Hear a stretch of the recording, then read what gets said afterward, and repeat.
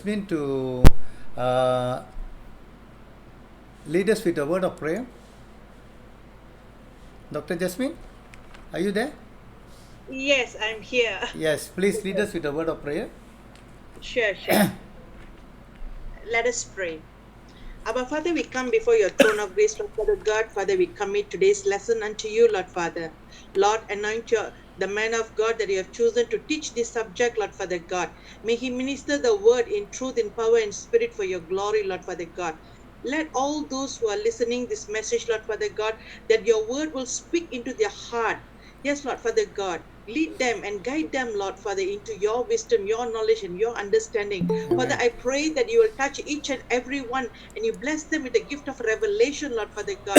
As they study the word of God from book of Revelation, Father, I pray, Holy Spirit, that you will reveal the Amen. truth Yes, Lord. in them, Lord Father God. Yes, Father, speak to them. The days are not going to be better for us, Lord Father God. We are only secured through your word, oh Father God. Oh Father, we thank you for this organizing these lessons, Lord Father, and bless each and everyone and equip each and everyone with your word, Lord Father. We give you all the glory and honor, Lord Father God. In Jesus Christ's mighty name, with thanks I pray. Amen. Amen. Amen. Thank Amen. you. God bless you. Okay, once again, I want to greet each and everyone in the sweet and matchless name of our Lord and Savior, Jesus Christ. And I hope you all have gone through my notes. If gone through the notes which I have passed to you, some of the notes I have given to you all early. Why? Maybe you should go through that notes so that you will understand what I have taught and what I am also going to teach. Many of the lecturers or many of the people who are teaching, sometimes they don't give you the notes. They will ask you to take your own notes. That will be good if you can take. But some lecturers will only give the notes after the end of the class. But I'm not like that. I'm just giving you because it belongs to God, not belong to us. So freely I got, freely I give. Okay, I praise the Lord for that. Okay, since many of them have not come to the class yet, so what I'm going to do, I'm just going to revise back what we have studied. I hope you don't mind, huh? Because but I will glance through very fast. But I have to complete my time frame which I've given you, which is 30 hours. So hopefully I can finish by another 1.5 months the whole of the another 4 or 5 topics more to go. All right.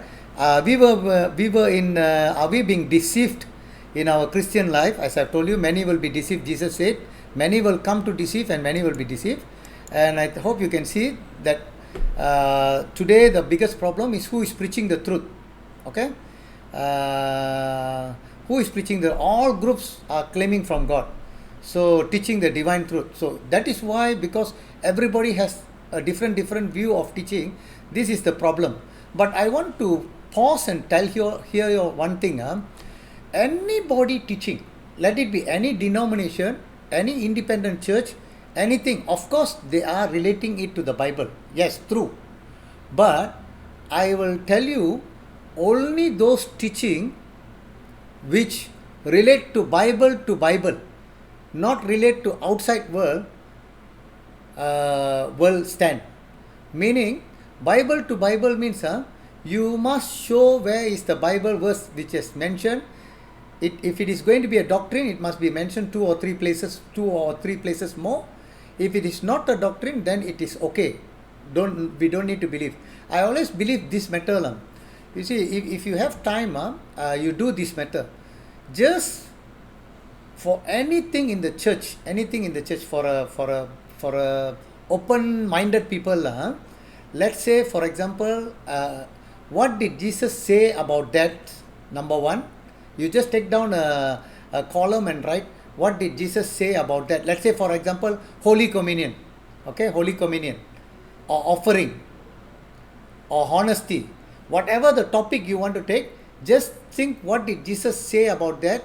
Number two, what does the Bible or the disciples say about that? Okay, let's say Holy Communion, Jesus say he came on the Last Supper, he took the cup, and then he break the bread, and he said, this is my body which is shed for you, and then this is my blood which is going to be poured for you. Okay, drink it and eat it. Okay, and do this in the remembrance of me. Okay, that are the complete statement which Jesus made. Okay, but after Jesus made the statement, after that we saw the New Testament people, the apostle were breaking of bread and worshipping, prayer and all these things. Didn't mention about how to do that. Then Apostle Paul in Corinthians, he teaches about how to do it. That means when you take, you must check yourself so that you will not be judged.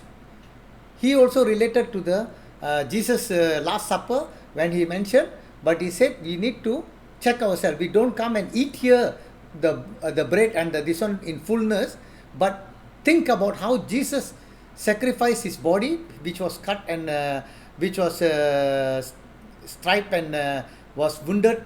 Okay, he was wounded for transgression, and then in the same way, how his blood was shed to cleanse all our sin. So he's just relating it. Apart from that, nowadays, if you see in the church life, there has been a lot of other doctrines or other means. Okay, what are the type of wine? Jesus he just took a wine, but we have different wines nowadays. Some take a right wine even with alcohol. Some say even if you take alcohol, it's a problem. You must take it without alcohol. So I know a lot of people, they go and squeeze in the grape juice and then they come and give the wine. And then bread also got different type of bread. And then when it comes to wine, some even give FNN, some even give normal drink. So whenever we see all these sort of things, what you and I should keep in mind is this. Go back again to what Jesus said. That's the core. As long as we do what Jesus said is fine. Whatever the wine given, whatever the method we have done, whether the one who is giving is a pastor or non-pastor, doesn't matter. As long as our motive comes back to Jesus to think, as Jesus say, do this in the remembrance of me, means what Jesus has sacrificed for me on the cross is what I need to remember and to do it always. Okay, some do it in once a month, some do it weekly, some do it monthly, some even do it yearly. But what Jesus meant was do it always. Always can be anything, but not once a year, not once a month. Just imagine and see. Always means as often as you meet together. Okay, as often as you meet together. Why? Because of his sacrifice only, you and I are coming together. Without that, we cannot come together. So how much do we need to remember his sacrifice? Because if we don't remember the sacrifice, we are liable to be deceived to go in a different wrong direction. That's what Jesus meant. Okay, he wants us to remember it. Okay, let's go on. Since Christ is not divided, Christians should speak all the same, but it is not. So basically, if you come to see, we are obviously, many of us are being deceived. Many Christians, many churches, many people are already being deceived. Okay, this is the truth, lah. This is the truth. I don't know whether if I say this church or these people have been deceived, maybe they might not accept it. But if they go back to the Bible, they will be shocked to listen. As I've told you earlier before this topic, I was talking about which gospel do you believe. I think 99% wouldn't know the right gospel according to the Bible. You understand? According to the Bible.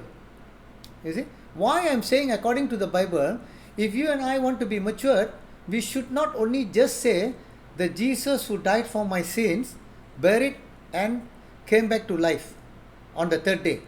We are only 80% correct. That means we still haven't got the 100% grip of what the Bible says correctly. You know why? If we say that, there are many Jesus who have done that, who died but never rose again. Many people believe different Jesus. So we must believe the right Jesus. How to believe the right Jesus is according to the scripture. Jesus died for my sins according to the scripture. You know why according to the scripture? We want to believe the Jesus which is spoken in the Old Testament. That is the foundation. That is the foundation. If we don't have that foundation exactly correct from the Bible, then we cannot mature in Christ.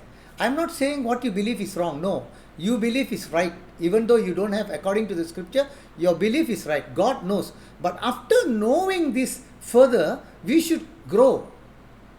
Don't think, oh, I know this, it is okay, that one I can ignore. After reading from the Bible, you still want to ignore, then there is something wrong. We are not obeying what the Bible says. That is the gospel which Paul have mentioned in the Bible and given by God under the revelation of God. So how much more should we believe? Is it? So the basic thing I'm trying to say, keep up with what the Bible says so that we will not be deceived.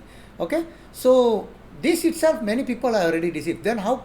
The second one is the other one, that is the basic, which is 100% the truth. Repentance first, then comes the faith in God. Okay? That means it's almost equivalent. If somebody have believed God and come into repentance, I'm not saying that they will go to hell. No. It is God who judge. God understand how much God's word has spoken to him. Okay? If he has not known, if he has not read, if he has not meditate the word of God, of course he wouldn't know. But the problem is, if he has come in that way, he will lose a lot of rewards. He will lose a lot of, his faith is not strong enough. It's not grounded, or foundation is not on the word of God. So when it is not founded or grounded in the word of God, then it becomes a problem for us to grow. Any building which doesn't have a proper structure, it one day will fall. One day will fall. If our tree that we want to grow, if it is not on a correct grass or correct ground, it will fall. It will not grow correctly. You remember the parable about the sower, a good ground? It has to fall on a good ground. Good ground is actually the word of God. Our heart, the word must fall on our heart correctly. Okay?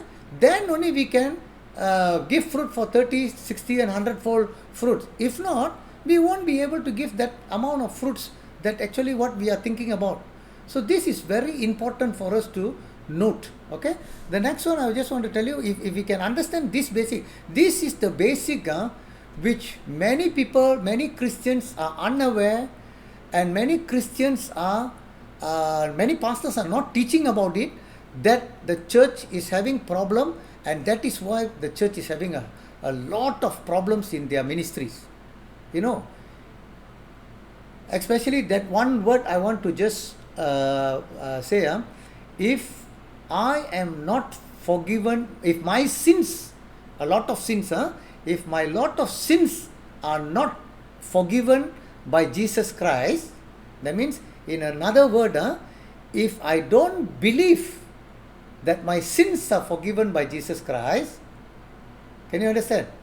Jesus has came to do that, but if I don't believe, then I cannot say what Jesus said on the cross, Father, forgive them, for they know not what they are doing. Or in the Lord's Prayer, where Jesus said that if they do not forgive the person, another person, then how will the Father in heaven will forgive them?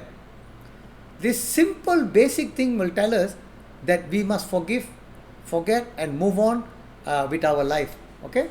So going towards that, the next one, we are saved simply by believing Jesus is wrong. I have already told you. Then the right Jesus Christ, because false Christ and false prophet will rise. Okay, there are many false Christ, false prophet will come. We can be deceived. Paul has said to the Galatians, the true gospel. I have already told you. So what is the true gospel?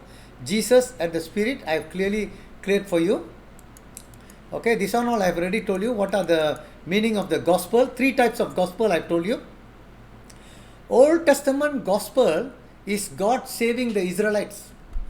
But the New Testament, when Jesus was in the world, when he was living, it is the gospel of the kingdom. Okay? Because he hasn't died yet. The sin is not paid yet. The price is not paid yet. So the gospel of Jesus Christ is what you and I need to believe. Or the gospel of the Son of God, which is written many times in the New Testament. Okay, gospel to the poor is also the same. Gospel of the grace of God is we are in the grace time. Gospel of God is what this one, gospel of his Son. So all these things are actually preached to the gospel to Abraham is actually God who has, the Apostle Paul will say that to the Galatians. Okay, this is the good news to Abraham. Okay, so you must understand that when Jesus told about the gospel of the kingdom which should be preached before the end will come, is written in Revelation chapter 14 verse 6. Okay, the gospel of the kingdom, after Jesus died, Jesus in his lifetime or during the time in the four gospel, he said, make disciples. Okay, make disciples. How to make disciples is only through the gospel. Preach the gospel. Which is the gospel is not mentioned. Have you noticed that? It is not mentioned to the disciples. Okay, so Jesus suffered, and he said that repentance and remission of sin should be preached. So was there a specific word which say this is the gospel when Jesus left the world to his disciple? No. It was only through the Holy Spirit or the revelation of Jesus Christ that this true gospel is written by Apostle Paul to the Corinthians church in 1 Corinthians chapter 15 verse 3 and 4. For everybody after that, for everybody after Paul's writing, meaning the churches which has already been established, they must come back to the word of God which is written by the apostles chosen by God. Okay, so they have to come back to the Bible, basic Bible. And I want to tell you, many of us have heard this.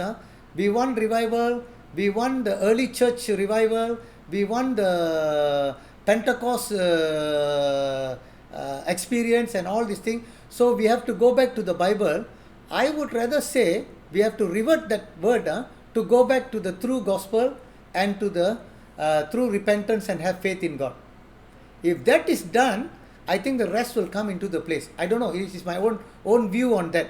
You see, you and I can have the Pentecost experience, the coming of the Holy Spirit, but it has to be right procedure in the basic. The basic teaching must be there.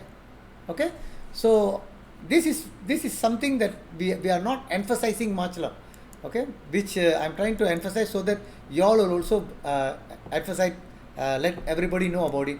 Okay, this is the same thing. 1 Corinthians 15, 1-4, that Christ died for our sins according to the scriptures, and he was buried, and he rose again on the third day. Romans 10, 9 and 10, that if you confess, if means anybody, confess with your mouth the Lord Jesus Christ and believe in your heart that God has raised him from the dead, you will be safe. You will be safe. Okay, if that is what you and I will do. Okay, this one I just go a little bit fast. But consequences of being deceived, I've already told you that once your mind is wrong, corrupted, just like the Simon the sorcerer, his mind was corrupted. He wants to buy the Holy Spirit. So just as Eve was deceived, Paul is very afraid that many Christians will be deceived, as what Jesus mentioned. So he said, he gave us a warning. Paul also gave the warning, same like what Jesus gave, that wolf in sheep's clothing will come. In the last chapter of the book of Acts, Paul told the Ephesian church that wolf will come. Jesus also warned that. So we have to be careful. The same message has been given again and again. You see, that is why I always say the Bible is two-way, not one way. It is not talking about one way, about God is love, God will protect you, God will help you, God will take you to heaven, God is the author of the faith, and this one, he is the beginning and the end. No, you cannot talk one way. You must talk both ways, because Jesus also talked both ways. He talked about heaven, he talked about hell. You see, he talked about how to give, he talked how not to give. He talked about finance, he talked about spiritual thing. So Jesus spoke both the ways. Even Paul, Peter, James and John all spoke the same thing. But the most of all of them gave the warning about being deceiving. Deceiving, everybody gave warning. Okay? So this is what will be a consequences, means what will happen if a person is deceived. If your basic is wrong.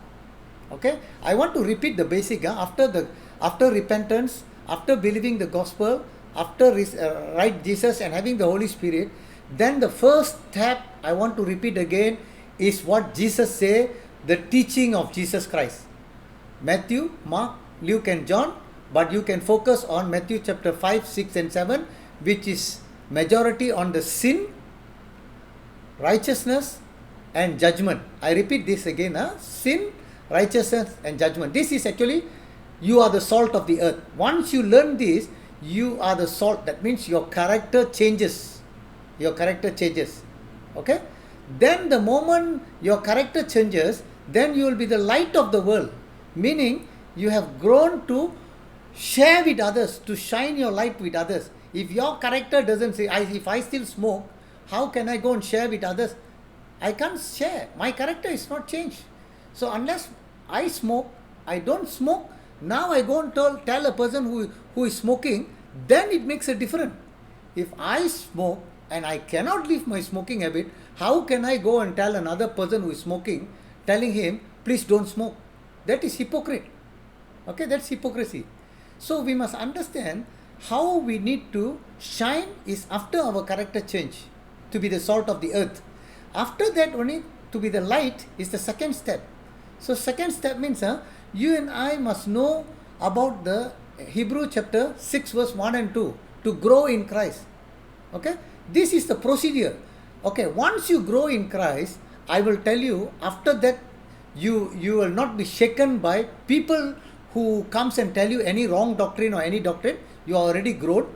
The second one is you will receive your full rewards. You know, you can earn your rewards as God gives you. You will do the will of the Father. You know what to do already now. Okay, you know how to walk according to the Father's will. So this is very important, to be a spiritually matured Christian. That is why whenever I see a person or any Christian who have been very long, whenever they discuss with me, sometimes I'll purposely ask them a question. Do you know the doctrine of baptism? Try asking and see if they know the baptism. You know, in baptism, about the doctrine of baptism, in the Bible got seven doctrine. We only know 2. How about the others? So if you want to be a grown-up Christian or mature Christian, or to be a person who can advise others, I feel we need to be like Paul, pressing forward to grow in Christ, to be like Jesus Christ, knowing the thing. So doctrine of this one, and then of course the next one is laying of hand, and then resurrection of the dead. As I tell you, in the chapter 8 we will talk about that. There are 7 chronological events, 7 place, and then judgment. You see, we need to know all that thing in the Bible. Once we are strong enough, I don't see any problem for that person to become a teacher, to become a person who can advise others, and to grow a overcoming life. Okay, so if the basic is wrong, then we will be deceitful of sin. We are so adamant, our heart is adamant, we don't want to change according to the word of God. We don't want to change. We want to keep it to our own decision or our mind. Then we cannot grow. We can hear a lot of message, we can improve our knowledge, but of course in spiritual sense we are not growing. You are a stagnant, retarded Christian. You know, there are people, their children, some people when they are born, they cannot grow. They are retarded. Some people, even in their retarded form, they will grow to be a big children, but even cannot do their own business. They cannot wash themselves, cannot take their bath, because they are retarded. They still need to be fed with something. The mother or father need to take care.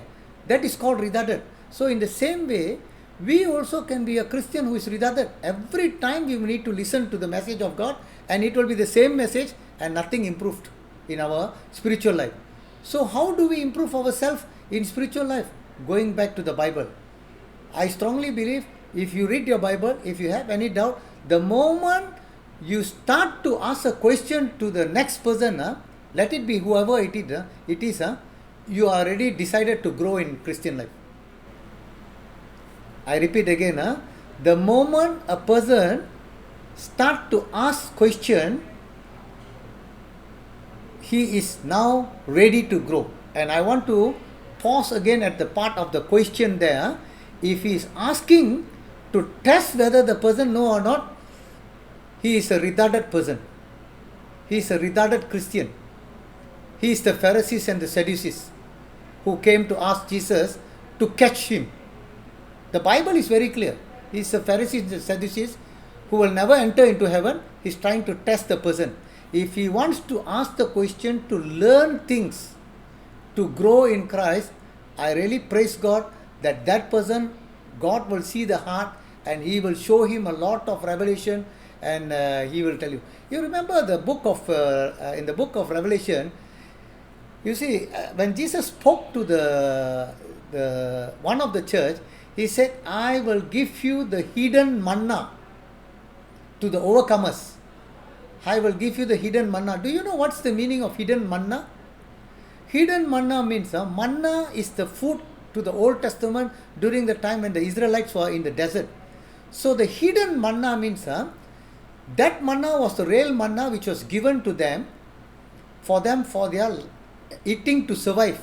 But here Jesus is promising that those who overcome, He is giving us the hidden manna, that means hidden truth from the Bible. He is giving us the hidden truth from the Bible for us to understand better the truth. Can you understand? God's promise is very true. As long as we desire in our heart to grow, I am sure God will definitely give you many other hidden manna. I just want to tell you one thing. I don't know, a few of you all came for the Tamil class. I introduced to you all Pastor Selvaraj. Once he used to tell me, when he came over to my house, I was telling him, Pastor, I really don't know how to pray in Tamil. So I like the way how you pray. So I hope that one day God will give me the words to speak in Tamil, and also to pray in Tamil correctly, because I was doing ministry in North India. I didn't want to come to South India because I cannot speak in Tamil. So do you know what he told me in the house? He rebuked me. He rebuked me. He said, please don't do such a prayer. He told me like that. Don't ever do such a prayer. He told me, if you like something, when you ask God, don't ask for that something. He said, ask for a double or triple of 5 times portion of what that person have. This is spiritual thing. He said, if you want such kind of prayer, he said, you ask God that I must pray better than that pastor. He himself was telling me that, he was rebuking me. He's telling, don't ask what I do. Ask what the double, that just like Elijah and Elisha's story. Elisha was given double-fold blessing or double-fold spirit of what Elijah has. So in that same way, you must ask more. You see, God is ready to give us more. But the only thing that we are very ignorant, and we only want to ask because our mind cannot reach. So the day when he told that, I started praying like that. So I think somehow or other God has given me some grace to start teaching in Tamil, and also start praying in Tamil, and start ministering in the southern area of India, where when I preach, in the beginning people laughed at me, but nowadays people say they want to listen to my Tamil. So I praise God for that, because what I'm trying to say is that once our doctrine, again I want to come back, once our basic doctrine is wrong, then we are going to have a lot of problem in our growing up. Meaning, if a child is given a wrong food in the beginning itself, then he is going to grow up in a problematic way. If he is sick in the beginning itself, having high fever, once his brain got damaged, then he cannot grow a correct life, a fruitful life. In that same way, every Christian need to be given a right kind of teaching. So if you can follow according to what I'm saying, everything is from the Bible. According to what God has given me or what God has taught me, if you can follow that, I'm sure the Holy Spirit will start to lead. There will be no hardening of heart. Okay? So result of hardening of heart is the deceitfulness of sin. You will have a lot of wrong things coming into your mind. Finally, you will be losing your reward. I've already told you all about this. Lead you to wrong faith, finally eternal death. It can lead you to eternal death. I know a lot of Christians, I can tell you many, since when I'm living in Malaysia, I want to tell you many of the Christians have fall into the deceitfulness of Jehovah Witness and Mormons. Have you realized that the Mormons and Jehovah Witness, do you know where they go and do their ministry? Among the Christians. Have you noticed that? They come not doing ministry a lot among the non-believers. No. The young Christian, the mainline denomination, the Catholic Church, they are the majority of the people who are there in their congregation. You know why? They do not have a strong foundation. So it will lead to wrong faith and finally eternal death. So this is what is happening. This is very practically, I'm telling you. This is what is happening. Okay, type of teaching. Okay, we want to go to type of teaching. But before I go to type of teaching, I don't know whether I need to go into this thing. Who can be deceived? I have gone through in a very glance way, but maybe I thought since today many have not come, so I thought I want to go a little bit in depth with this teaching here. Maybe it might take a little bit time, but I hope it will benefit those who are present today. Alright? So let me go. Who can be deceived? I have actually told you all this thing already. Of course, everybody can deceive, even the elect. Okay, I have already told you, one who is satisfied with his own spirituality. This one all is okay. I just want to go on further.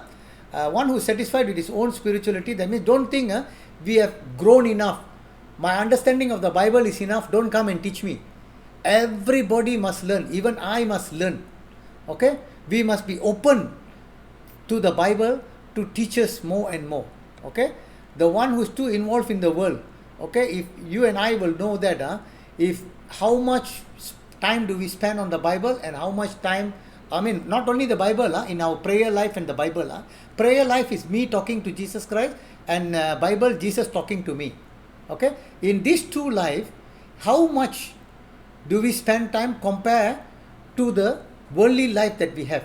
Of course, we work 8 hours, 12 hours in our working life. Praise the Lord.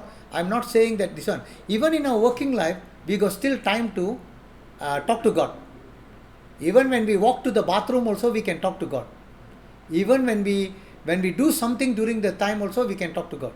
You see, I strongly believe whatever we do, I repeat again, whatever we do, even our education, if we are studying, even our working life, listen carefully, this is very important, even with our working life, even our family life, whatever we do, we must do it for the glory of God. That means to say, this is what I have learned. When I'm a real uneducated person, I want to let you know, very uneducated person. You see, I have not finished even my 10th standard according to India and my SPM according to Malaysia standard. I'm a third grader. I was very uneducated person. I do not know how to study. But somehow or other, at the age of 32, I was doing ministry in the village. Somehow or other, I asked God for one thing. Because when I go to the village, this is a true incident. I take care of a lot of children, teaching them Sunday school and all this thing. I used to go and visit the family, and I check, not only teach them about godly thing, even about worldly thing. I used to tell them that how is the children's education in their house. I go and visit their parents and see whether how the children behave in their house, whether they obey their parents or not. If their report card is very bad, I even used to take the rod and whip them in front of their parents. Many parents like me because of that. They said it is good. At least my children now start to obey. At least my children now ask them to go to shop, they will go. You see, the children were very happy. But there was one incident which I went and wept a girl. When I wept a girl, she's around, I think if I'm not mistaken, 6th or 7th standard for India 7th standard. Here is Form 1. I wept while going to beat the girl, she pulled the rod and she told me, Anne, do you think you have studied? That really shook me, She told me that you are an educated person. You are trying to beat me. You saw my report card. Are you an educated person? She asked me. I got shock of my life, I kept down the thing, immediately left the family. I even didn't pray that day, I want to tell you. I left the family, I went back to my own room. I was in a different place without my family. I had a room. I went down immediately, I knelt down, I told God, I said, Jesus, you called me to do this work. Now this girl is asking me this thing. Am I educated? So I told God, God, if you will educate me. You will give me the opportunity. From there on, it started. Somehow or other in my working life, I managed to do my diploma, I managed to do my degree and further my studies. You see, God is very loving, very good God, What I'm trying to say is that, that He will lead us in one place, He will give us what we want. But we must abide by His condition. His condition. Is it? So that's the thing. So whenever when I want to go to my education, I want to tell you, I'm very less educated. By the people who are coming in the university, they all were very much educated. They had the basic education. I don't have. But I tell you the truth. Every time whenever I'm there in the class, I prayed. I spent time 1 hour studying the Bible and praying. And my roommates used to ask me a question, he used to tell me, Paul, do you think tomorrow the exam, your Bible is going to come out or not? You think the Bible question is going to come out? He said the maths question is going to come out, the technical question is going to come out. Why are you spending so much time in your Bible? And I see you sitting down and closing your eyes and praying many times. He's my roommate, Immediately after the exam, do you know what is his statement? I know your Jesus come and put your hand and write for you the exam. That's why you score so high. Imagine that. Who is telling who? You see, I always tell that God, I put number one, even in my education. I want to study, it is for God. I don't want to study for myself so that I will earn later. No. Even in my working life of 36 years, I've never got any promotion. I'm still not worried. Even though my company haven't paid me, but I want to tell you, the blessing that God has given me is more. I would rather say 5 or 6 times double than what they have given me. Why? Because I don't want to do any wrongdoings even in my working life. Because I told the bosses also know that. I won't tell a lie, I won't tell the thing, I won't cheat with my customers. So the bosses always say, this is the problem with you. If you just tell a little bit lie, you should have put on your sales and you should have achieved your target. I said no. But even without that, I was number 1 and number 2 in my office there. But they will never promote me because I'm a Christian. But I'm still not worried. Because my work, I always tell, I work for God. Then only I work for the company. Not for the company first and work for you. So anyone who is going and studying, please change your mind and say, I'm going to study because for Jesus Christ. Anyone who is going out to work, please tell that I'm going to work for Jesus Christ. If you are a pastor, you please tell, I'm working for Jesus Christ first, then only the congregation. If your mindset is like that, then there is a lot of reward waiting for you. And that is how God has given me a lot of, I would rather say, hidden manna. Okay, so then I don't get involved in the world. Even in my working life also, I put God first. Okay, one who is consider himself better than the others. Of course, you understand this. Nobody is better than the others because the Bible says we must consider others better than us. Of course, I do that. I want to tell you, even before I come and share with you, I always tremble at God's feet and I always tell God, God, take hold of me, cover me with your blood, and please, I know there are so many smart people who are there who knows many things. I'm sure your Holy Spirit will start to speak to each one of you. I don't put myself as one person who I know everything. Seriously, I tell you, I tremble. I don't know a lot of things. I do not know a lot of things. Even though God has graciously given me the book of Revelation to understand and the second coming and also to teach, I want to surrender, or I want to humble myself before God to tell Him that I am still a baby. Very much baby. I really do not know a lot of things. Every day as I read, something will come up. So this is what I want to learn. As long as I am a baby, I will continuously learn. Okay? As long, this is what we must not consider others. Okay? Then the other one who feels he has done better than what God requires. Okay, this one I hope you understand. Don't ever think without you the thing will not happen. Huh? In God's plan, everything will happen according to God's will, not our will. Once you put too much trust in the system, okay, this is a problem that we have nowadays in the mainline churches. Mainline churches means like Catholic, Methodist, Lutheran, Anglican. You see, their system comes first. Their system comes first. Okay? The one who thinks that he lives above the sin. Yes. As long as you and I are in flesh, we must be careful. If you think that you can overcome the sin, even if you are a grown-up, matured Christian, then anytime sin will take you. Anytime sin will take you. Okay? So, Satan is waiting for this type of thing. If a person thinks that he's above sin, he's living above sin, that he doesn't have any sin, that is where God will allow Satan to tempt us, so that that person will have a fall. But I want to tell you, don't think about it, but think that we are in the mercy of God, the word of God, the blood of God is protecting and guiding us. As long as we have a Christ mind and living in Christ according to the word is safe enough. Okay? Safe enough to reach heaven. One who cannot draw a line regarding sin. Okay? One who cannot draw a line means, that means when it comes to a time of decision. Okay? Time of decision.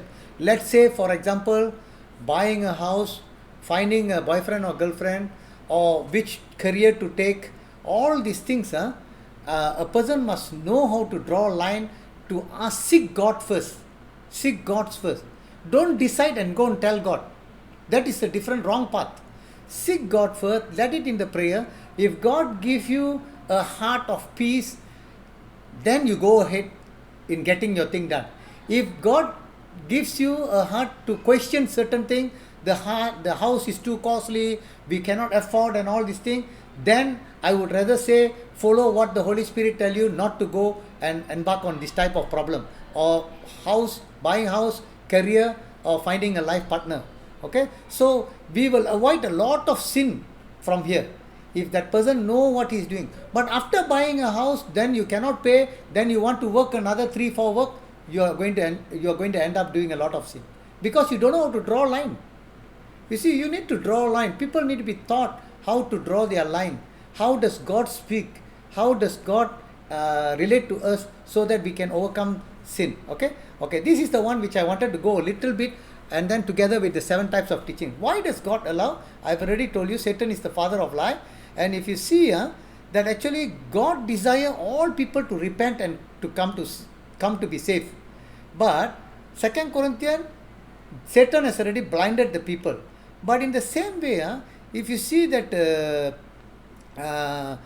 many of the people, to be saved, one does not need any particular level of intelligence. Okay, that means a person doesn't need to know a lot of things or to be intelligent to be saved. Basically, it is actually, in fact, how they want to humble themselves and go to the presence of God and change their mind according to the word of God, not according to the preachers, according to the word of God, not according to the church, but according to the word of God. Once we can humble and come to that level, I think we can overcome a lot of things. Okay, so you must understand, the key to understand spiritual deception is the fact that we often choose what we want to believe rather than what we should believe. Can you understand the word? Sometimes we try to accommodate the Bible in what we want to do rather than what the Bible says for us to do. Okay? If the Bible is very clear about repentance and forgiveness of sin, repentance first, go back to repentance. Is it? If it is after that only we can go into forgiveness of sin, or having the faith in God, or having baptized, and remission of sin and remission of the Holy Spirit, and all so on and so forth. So we have to follow the biblical procedure. If that is right, then we don't have any problem at all. Okay?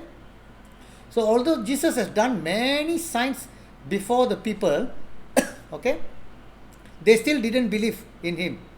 Notice that they would not believe Jesus despite of miracle. The unbelief is willful, or is very sad to hear that. Excuse me.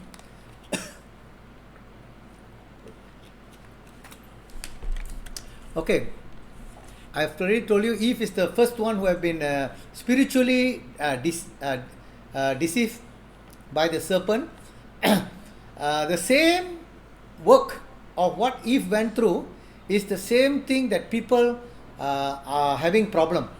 People who reject God do so because in the same way they do not really want to obey Him. We are tempted by our own evil desire. You see, in the church life I have seen many people, because of their evil desire in their heart, they think that they are doing the service for the Lord by holding to a position, by doing the service in either worship as a worship leader or as a social concern doing ministry for this one, or being a preacher. They think that they are doing it for the Lord. But I want to really tell you, it's only on the day when Jesus comes, when He wants to come and give us gift, according to 1 Corinthians 3, 11 to 15, that the fire or the Holy Spirit will test, you see, whether what we have done is correct or not. Do we have our wrong desire when we do? That is why I say, even if you want to study it so that I'm studying for Jesus Christ. Even when you want to go and work, I work because whatever earning, it is for Jesus Christ. Then only you distribute your money.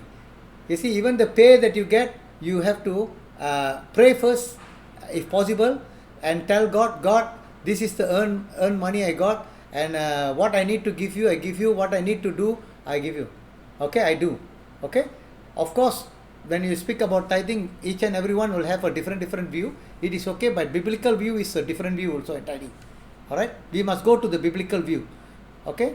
Then I want to also tell you, one who resists God risks falling into spiritual deception. Okay.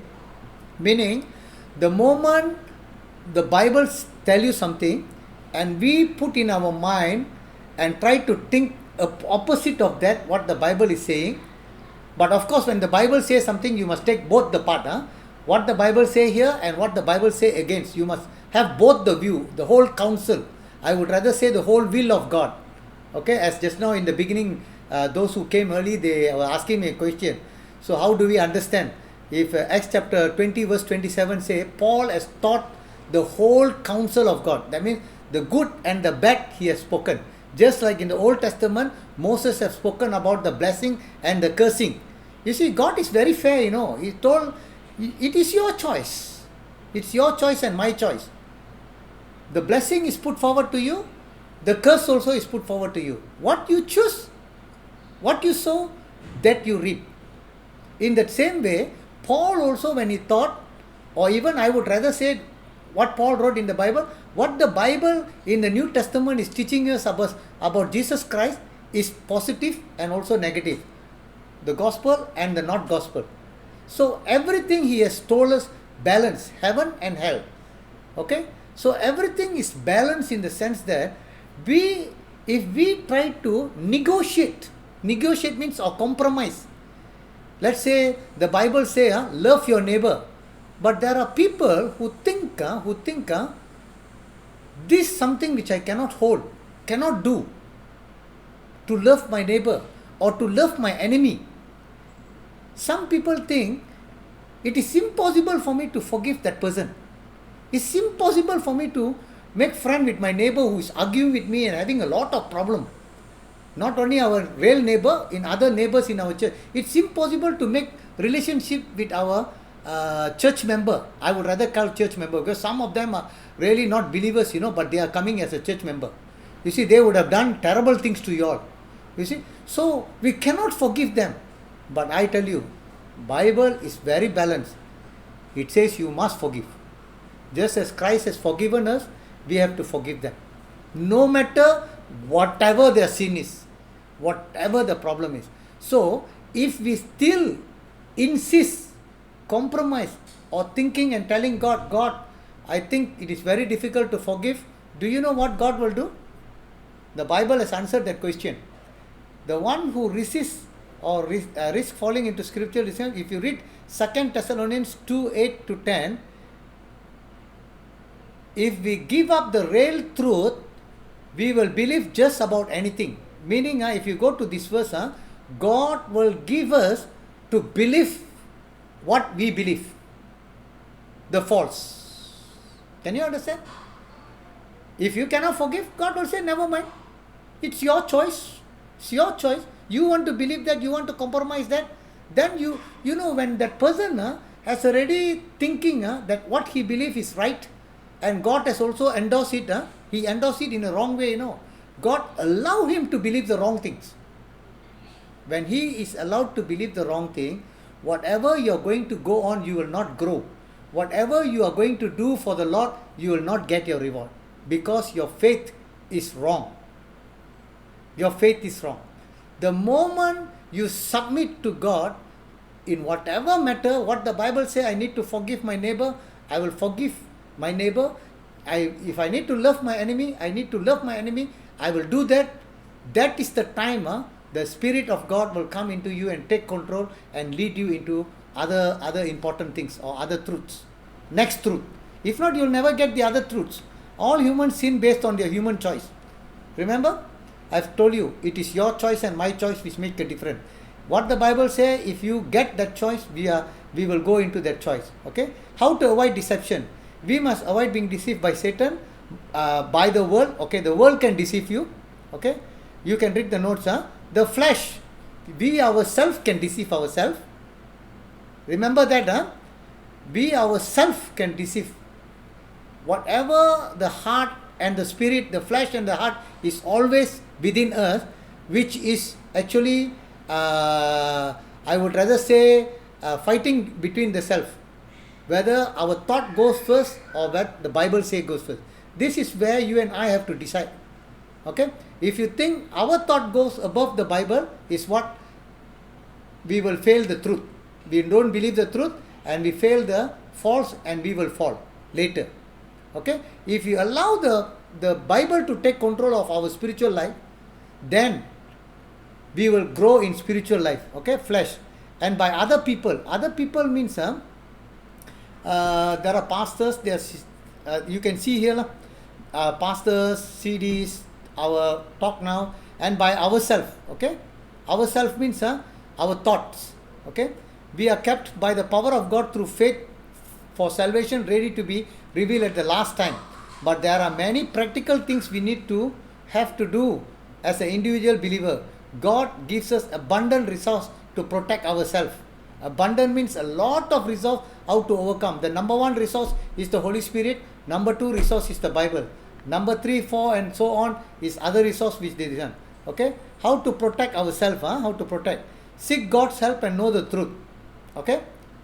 To avoid. If the Bible says so, just believe it. Don't worry about anything else. Don't worry about people believing or church believing or family believing or anything. Okay? Jesus says, and you shall know the truth and the truth shall make you free. Okay? The Holy Spirit is the Spirit of truth. He will guide you. Okay? Diligently search God's word to know the truth. If we don't understand something, then we seek. We try to find out. Try to find out from people and relate it to the Bible. Be a Berean. Okay? Berean heard what Paul taught, and then they received the message, and with great eagerness and examining the scripture every day to see if what Paul said was true. You see? So we must know that it is our responsibility to make sure that we are not deceived. You see, many deceivers are already there. Jesus have told. So we are the one who are supposed to be blamed after the Bible has given us ample of warning. Ample of warning. Too many warnings. Too many warnings. Too many warnings. Antichrist, false prophet, false Christ, false teachers, false apostles. So many warnings. False prophet. So many warnings. But we don't see that. We don't see that. But the Bible is very clear. It teaches both sides, as I've told you. But we are not focusing on this side. So today I'm going to focus on the other side of the Bible. So love the truth more than any other possession. If it is a truth, then give up other things. Give up whatever you believe in. That will be the only lover of God's saving truth can expect is to escape the snares of spiritual deception. Okay?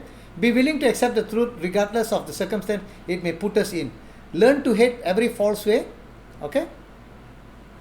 Go to scripture to test all things, study to make sure, and know the whole counsel of God. This is what I was telling you just now. We need to hold counsel, both the side we need to know.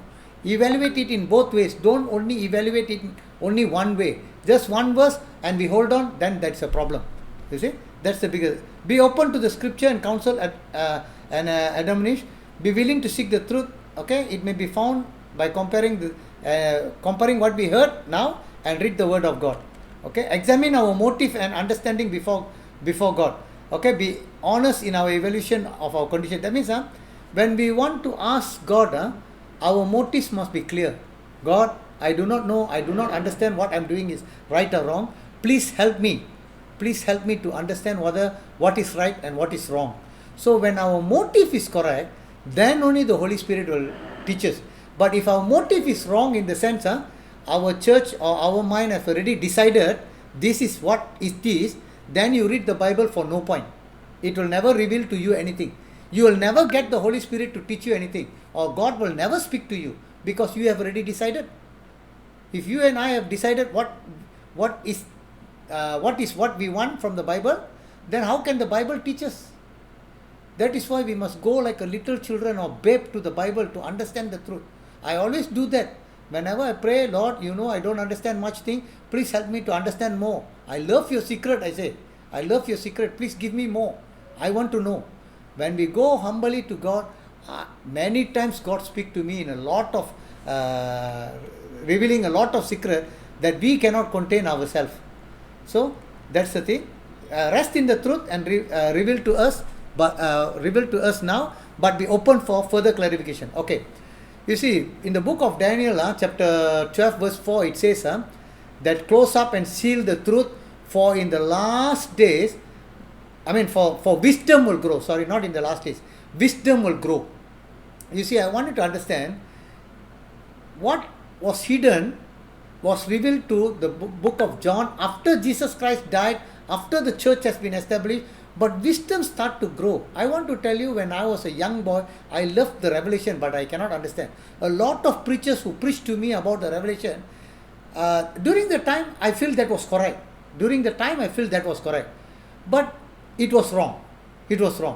But as times goes by, when I started to preach about the book of Revelation, I also made a lot of mistake. I want to tell you the truth. I made a lot of mistake in my revelation teaching.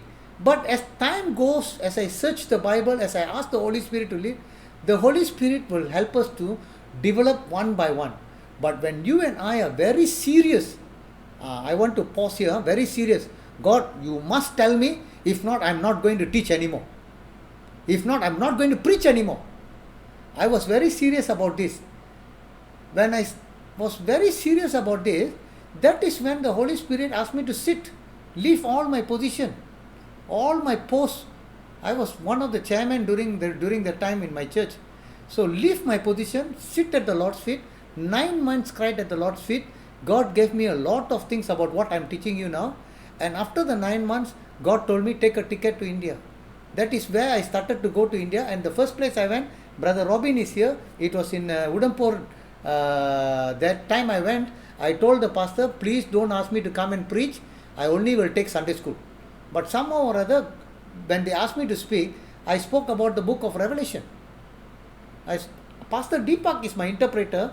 He is there and he knows about it. Pastor Deepak, who is here with us, he is my interpreter in North India. So he knows 100% of what I have been teaching. He knows 100% of my life in North India. So if you want, you take his number and you can call him and ask him. You see, I started teaching. The moment I started teaching, I think God has been teaching me more and more about the book of Revelation. More and more. Every day I get new revelation. I want to tell you, new revelation. That means what I'm saying, rest in the truth, rest in what God has revealed to you, to us now, but be open for further clarification. There might be other things which will be coming up. I'm not telling what I'm telling is 100%, that is it, enough. No.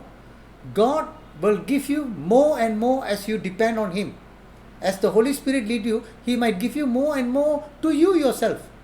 As we sit down at the Lord's feet and ask, He might give you more than what I have given you or what God has given to me to pass it to you. Just like just now I told you, Pastor Selvaraj told me, don't pray what how he prays. Pray that you will speak better than him, and I think that is what is happening now. If you ask me, you know. So you have to ask the same thing. When you pray, you must tell God, give me more knowledge or more secret than Brother Paul. I am sure God will lead you into that. Definitely will lead you into that. You see, this is something very important. With God, God wants to see your heart. How you expect. Don't expect like me. Expect more than me. Twice, third time, four times, five times more than me. Then God will teach you, and that time I will be very happy to hear from you all certain things as we discuss further. Okay, so of course there is further things. Bible is never end. I want to let you know, it's never end till we end our life or Jesus comes. So you see, these are the verses. Okay, do not allow others to deceive us or move us from the truth. Once you know the truth, don't move away from the truth. Bible, a preacher, an elder, a teacher, or a fan can also deceived and therefore lead us. Can be deceived and therefore lead us away. Many people who argued me with the Bible, I want to tell you, in the beginning when I started to share about the second coming, many people argued. But I want to tell you, even as I teach nowadays, I think there is one person who really argue with me in the sense of, after teaching, they never come and tell me, oh brother, you have taught something wrong. I don't believe in you. I think not even one person who have told me that, even my own guru or Pastor Selvaraj or his children's or people whom I have taught. You see, the reason is because I don't teach what I know. I teach what the Bible to Bible, which y'all the Holy Spirit will speak. Okay?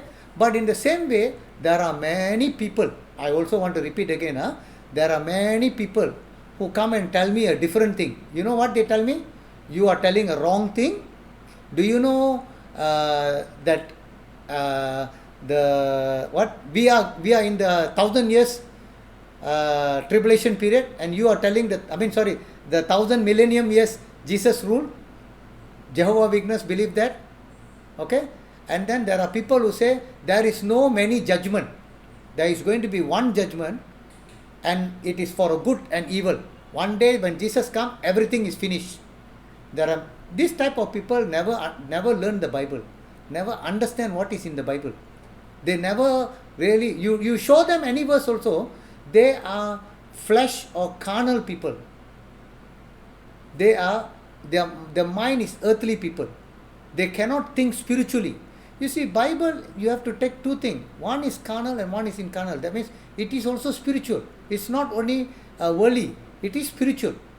You see, if your Holy Spirit is not in you, I repeat again, if your Holy Spirit is not in you, you cannot understand the Bible. I repeat again, if you and I go and speak to somebody who is a non-believer, they will never believe that Jesus is coming back. They will only tell you, I heard about it, I know Christian believe about it, because the Holy Spirit doesn't tell them, inside them, yes, Jesus is going to come back. Can you understand? So, the Spirit being inside us must grow, and our fleshly life, our body must decay, or the inner spirit or the man spirit, the you must go down, the spirit must grow. Spiritually we must grow. Okay? So do not allow others to deceive us or move us. Okay, who are the people? Beware of also the books, magazine, publication, tracts that we read. Beware of sermons, lessons and lectures we hear. Christian movie, YouTube, TV programs, WhatsApp, messages and videos, CDs as we see. Beware of friends and associates and even our own family who may hold erroneous position and false practice.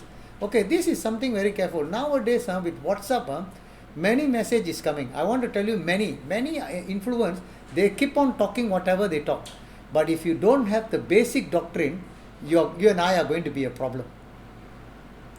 That is what I'm actually now teaching, the basic thing. If you understand the chapter 1 and chapter 2 and you understand the book of Revelation clearly, there is no way people can deceive you in the second coming of Jesus Christ. You will understand it very clearly.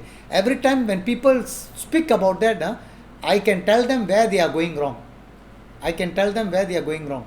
Because God will give us the knowledge and I will rebuke them. I will rebuke them personally, not in a group, but rebuke them, asking them Okay, how do you let this verse come into your picture? You see, how do this verse come into the picture? They cannot answer. Then when I ask them, most of them will tell them, I don't know, I just forwarded it. This is the problem with people. They forwarded it, and many are forwarding. I did that once. I want to tell you many times. But after I understand, I never forward any of the unnecessary messages.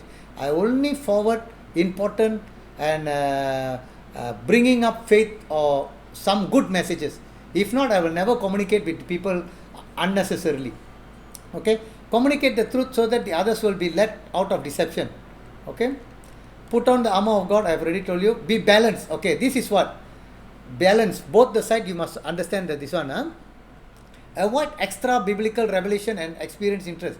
Okay, there are many people who say they got new revelation, new things, and all these things. You have to be very careful. Check it with the Bible. Okay, Bible has given us enough. Okay, types of teaching and doctrine. Okay, this is what I wanted to go today. Okay, currently there are many new teachings and doctrines. Okay, like hyper doctrine, hyper grace doctrine teaching, once saved forever saved, prosperity teaching, and then so many other teachings. I want to let you know. But the Bible says, for if this one also I've told you already, different Jesus, different gospel. This one, okay, false teachers will take on many forms. Okay, many forms mean different way to come and teach. Okay, custom craft, time to time, cultures and contact. Even now, if you see in the internet, a lot of teachings. If you type one word, you can get more than thousands of that same words passage. Try and see in the internet. But of course, everybody want to go for the first page itself.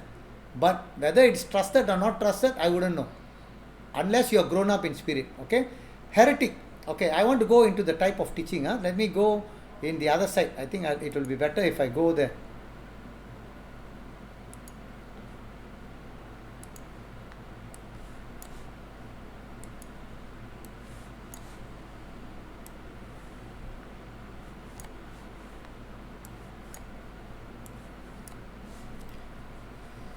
Sorry.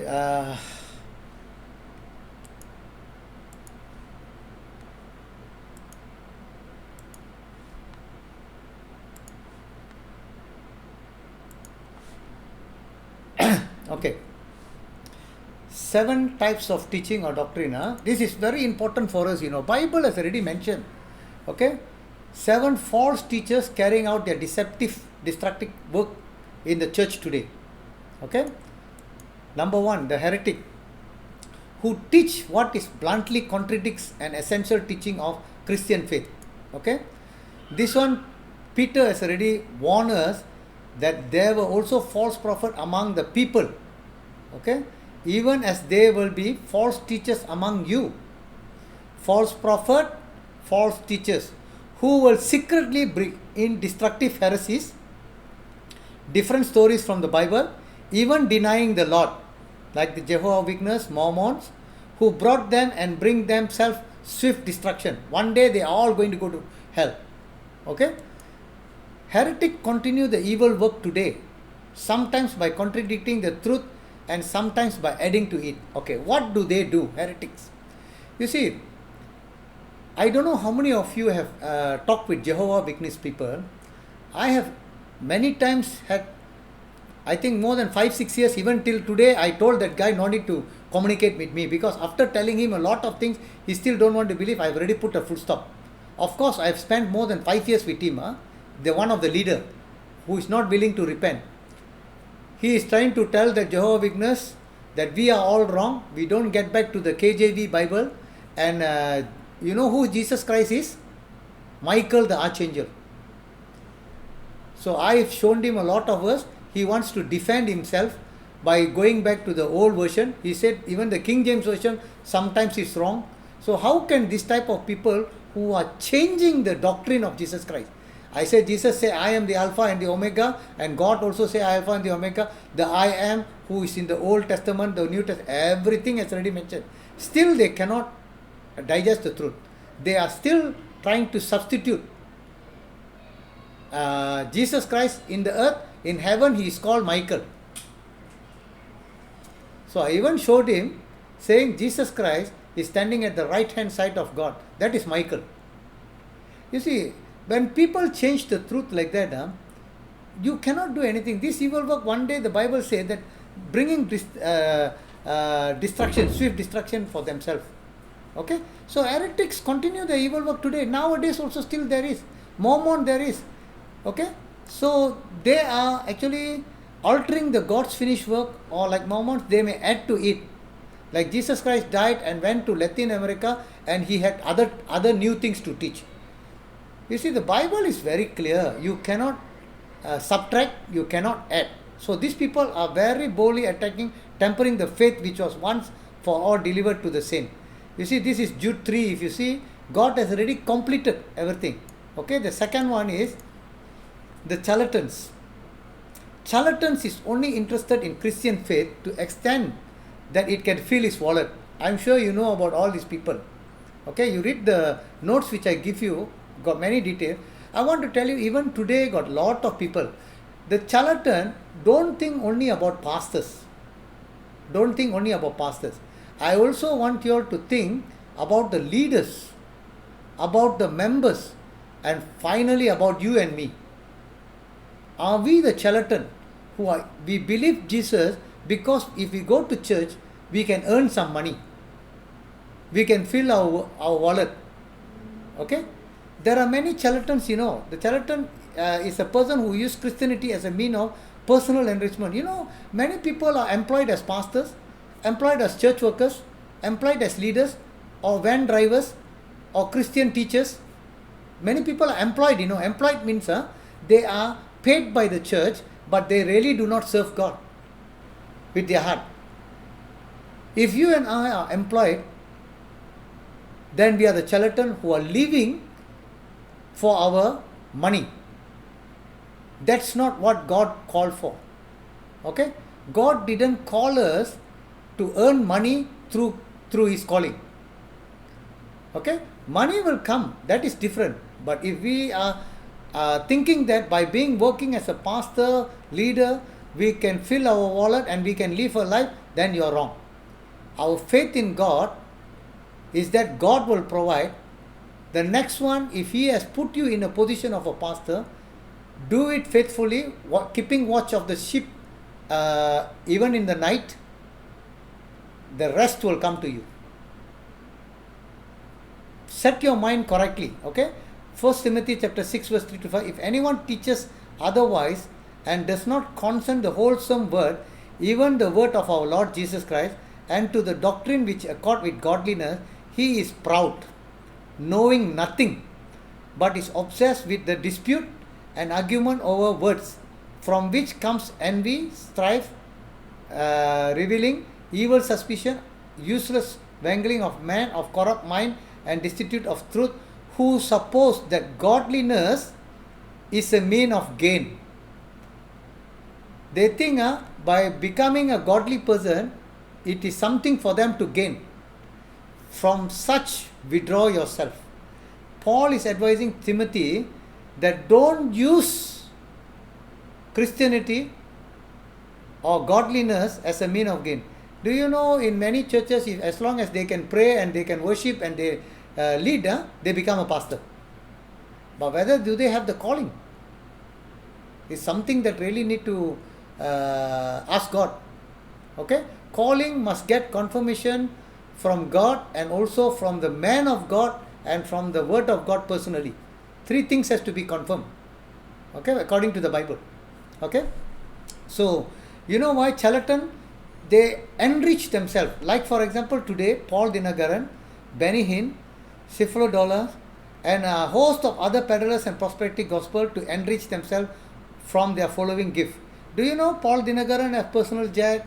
He's a millionaire, billionaire. He has a lot of property in US and still people go and pay him. If that is what Jesus wants, I think Jesus, not only aeroplane, he could have flied himself. He could have called the host of angels to come and give him the richness what he requires. We are supposed to follow Jesus.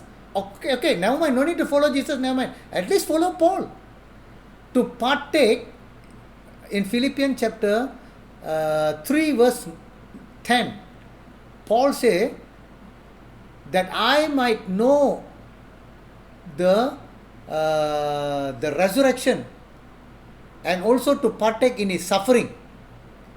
You know, we are supposed to be like Paul, the best that we can do, or the ideal. Ideal means the perfect, like Jesus. Nowhere near these preachers can come to Paul. Nowhere near. Then how about us? How about us? How about us?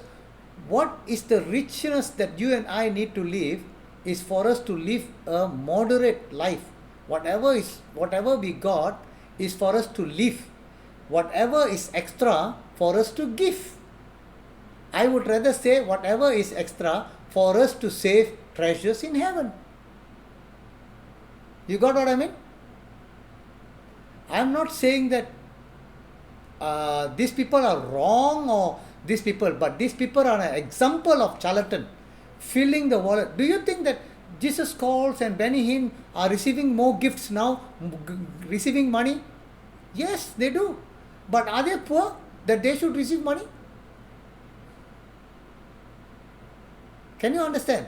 So who are the people who are fulfilling their pocket or fulfilling their wallet or enriching themselves? Stay away from them. Stay away from them. They are the charlatans. Charlatan means their Christian faith could be right, could be wrong, doesn't matter. But what they are showing in their lifestyle is not what Paul is and it's not what Jesus is. Can you understand? So that's not what our call is either. Alright? Simon the sorcerer was motivated by the love of money. These are the people. You see? He has money, he wants to purchase the power of the Holy Spirit. These people have money, they have the group that they want to. They have buildings, they have planes, they have cars, they have bungalows, they have properties, they have good bank account. For what? For the Antichrist to use when the second coming Jesus comes? Think and see. If they would have invested in the village ministry, in the people that they need, they themselves know the people who are poor are giving him. If they would have given them, I think they are saving up their treasures in heaven. Can you understand that? So this is the charlatan, which is already written in 1 Timothy 6:3-5, that godliness is a mean of gain. From such withdraw yourself. Okay? Then the next one, false prophet. This one I have to take some time. Sorry, because we are very shortage of time. But anyway, we can continue the tribulation the next week also is okay. False prophet. Nowadays, is there any prophet? That's the biggest question that you and I need to ask. What is false prophet? Claims to be a gift by God to speak fresh revelation outside the scripture. A new authoritative word of prediction, teaching, rebuke or encouragement. Okay? These are called false prophet. Okay? The question is, I want to clear what is the prophet means. I give you some idea about prophet first. What is actually the prophet? Let me tell you who are the prophet. Please bear with me. This is a very important lesson for us to learn from the Bible. From the Bible. If you ask me whether is there prophet, I will say yes and I will say no. Is there prophets now? I will say yes, I will say no. Let me explain to you very clearly whether yes and no. Okay? How does prophet come about first? I give you very basic teaching first. How does prophet come about? When God spoke to Adam and Eve, he doesn't need any prophet. In the early stage, God spoke directly to Noah, directly to Abraham, directly to Enoch, and so many other people he spoke directly. Okay? Abraham he spoke directly, Jacob he spoke directly, everything he spoke directly. Only during the time of Moses, the time changes. Before that, they were all called prophet, where God spoke to them directly. No in-between person. Only during the time of Moses, Moses say, God said that he speak to Moses as face to face, and he told that the people say only we also want to speak to God, and they arrange a time and they consecrate themselves for 7 days, keeping themselves clean away from the woman, and then God told them, I will come and pass by the mountain. You ask them to all stay near this place. You know, when God's presence came, it was too difficult for the people to accept the thing. You see, and God covered Moses, and God told Moses to stand on the rock, and the rest of the people came back and told, okay, enough, you speak for us, we will listen what God telling us. Understand? That's where the prophet comes. Okay? Prophet comes, if I'm not mistaken, Numbers 18 you can see there. There's a lot of things about prophets is written there. Okay? So, I don't know whether the correct verse or not. So, Moses was the first prophet where God speak to Moses, and Moses translated to the Israel congregation. That's when the prophet began. And Moses himself given a lot of warning about false prophet in the book of Numbers. He said, if any prophet who prophesy wrongly, you can stone them to death. That was the Old Testament's view. And whenever God speak to a person, a godly person, to relate it to the people, because God say in Amos 3:7 that he will talk only to the prophet, to the whatever he wants to tell about the future, or whatever he wants to tell the people. Okay, so that was during the time of the prophets. Okay, so there were a lot of prophets. David was a prophet, Elijah, Elisha, the major prophet, minor prophets. There were a lot of prophets. Okay, Old Testament prophet not only prophesied about what is going to happen for Israelite, Jesus' first coming, even the second coming was also prophesied. Okay, but when it come to Jesus, listen carefully. When come to Jesus Christ is also a prophet. Okay, Jesus Christ is also a prophet. He is an apostle, he is a prophet, he is a teacher, he is an evangelist, he is also everything. He is a teacher, he is a pastor. He has all the fivefold ministry. He is everything there. So I want you to focus on prophet. Do you know what Jesus said? If you remember Matthew chapter 11 verse 13, for all prophets and the law prophesied until John. Okay, meaning whatever the Old Testament prophet has prophesied, Jesus is telling that's the end of the prophet.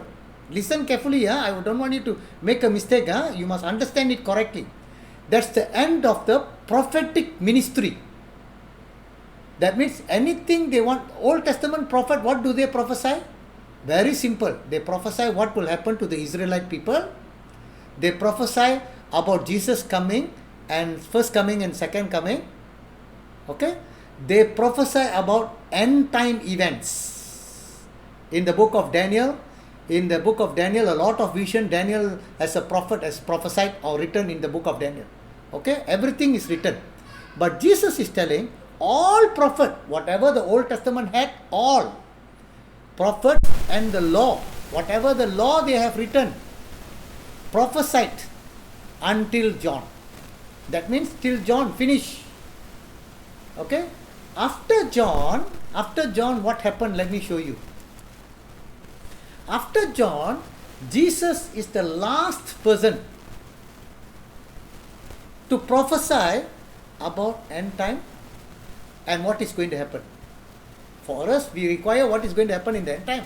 When Jesus will come, when will be the end, and when the Israelite is going to rule, and the tribulation period, and so on and so forth. Okay? So Jesus, you see in Hebrew chapter, not 11, 1, sorry. Hebrew chapter 1 verse 1 and 2, not 11, I will correct it after. Okay? Who at various times and in various ways, this is all the Old Testament, Old Testament prophets have spoken, who at various times and in various ways spoke in the times past to the fathers by the prophet. Okay? Has in these last days, okay, when do our last days begin? After Jesus Christ. Okay? Jesus Christ's time is the last days begin. We are in the last of the last days. Okay? Has in the last days, these last days, spoken to us by his Son. Meaning spoken means completed. I want to repeat again, whatever a Christian, whatever is going to happen in God's plan is all 100% spoken and totally done. No more, nothing to speak anymore. Finish. Can you understand? Finish. So if any prophet come and prophesy something which is going to happen, that is not a prophet. He's a false prophet. How do you identify prophet in these churches now? Okay, let me bring to you. There are prophets in churches, but they have different vision. Okay, do we have prophets today? No. But the New Testament prophet is only for the edification of the church only.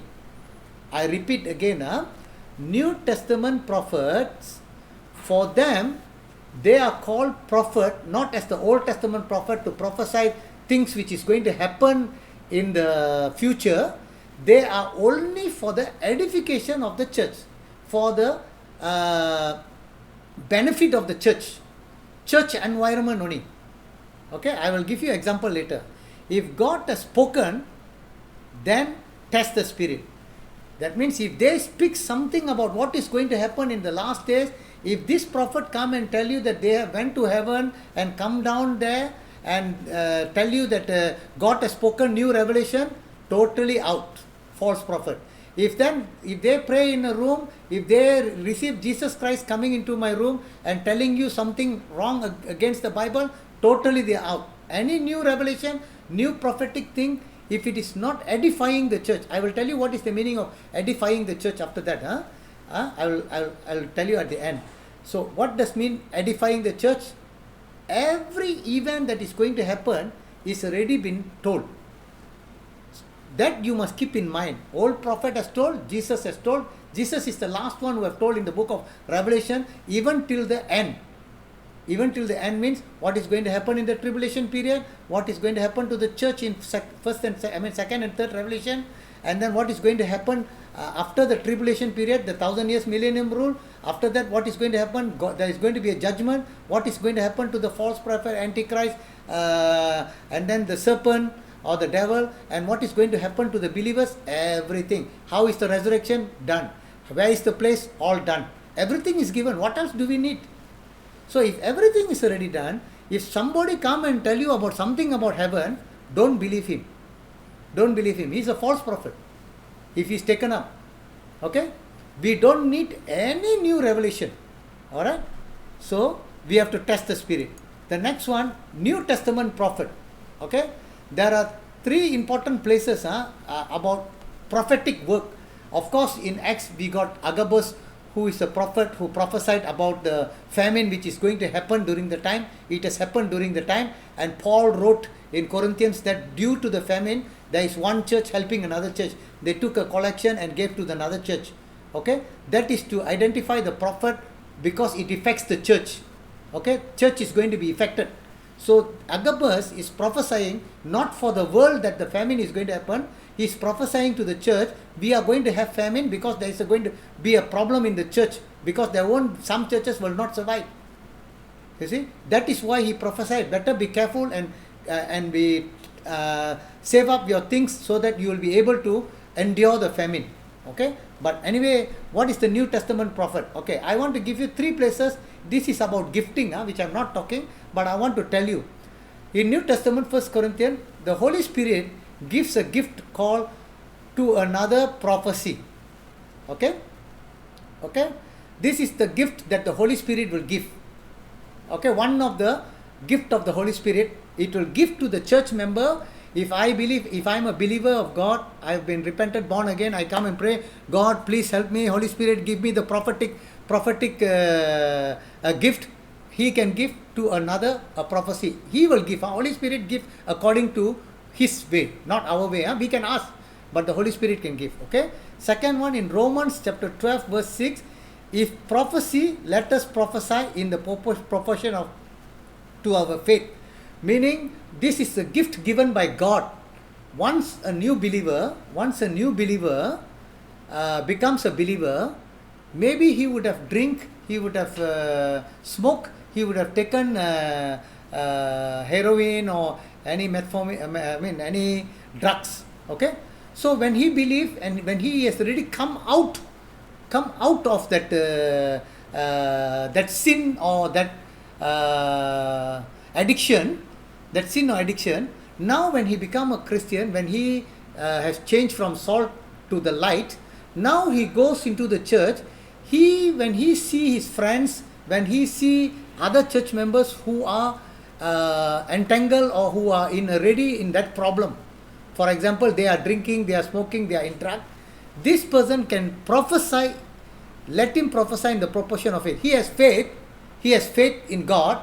He can, in his capacity, he can tell that person, hey, don't smoke, because you smoke, you're going to get lung disease or cancer. Or he will tell to the drug addict, hey, don't be addicted to drug. I was once addicted to drug, but now you are addicted. Please believe, repent and believe. God will help you to come out of it. If you don't do that, one day you're going to die, or you're going to be caught to the police. Do you know the statement, you're going to die, you're going to caught to the police, is a prophetic utterance in faith? Don't smoke. If you smoke, you're going to get cancer. What do you mean? He's giving a prophetic utterance according to his faith. He has faith that if that person smoke, he's going to have disease or cancer. So he's going to give him a warning of selling according to his faith. Don't smoke. Don't do that. So it is according to our faith. This is usually a young believer. But when the next one in Ephesians 4:11, it is some prophet. Jesus Christ give office. Office means as long as you are if the Holy Spirit gives you a prophecy and you have been prophesying according to your faith, sometimes Jesus Christ will give you office. Office means he will call the person who is having a spirit of prophecy and have been prophesying in faith many times, and God can call you to be a prophet. Okay, when he call you to be a prophet, okay, that is an office. Office means you become a prophet. Then you know what is his office? Ephesians 4:12 and 14. For the reason why he called you is not to prophesy what is the end time event. It's not to go to heaven. It's not to wait for the angel to tell you what you're going to do. It is for the edification, for the equipping of the saints, for the work of the ministry, for the edification of the body of Christ, till we all come to unity in faith and of the knowledge of the Son of God, to the perfect man, to the measure of the status of the fullness of Christ. Nothing doing about later event. Okay, as I've told you, the edification of the church. Do you know what is the edification of the church? If a prophet want to talk to any of the church member, he might lay his hand, he might tell the person what God has revealed. If he has the spirit of prophecy, the Holy Spirit can reveal to that person, to tell that person that he was praying, but nowadays he has left. Now he is into the worldly life. That is for the edification of that person in the church.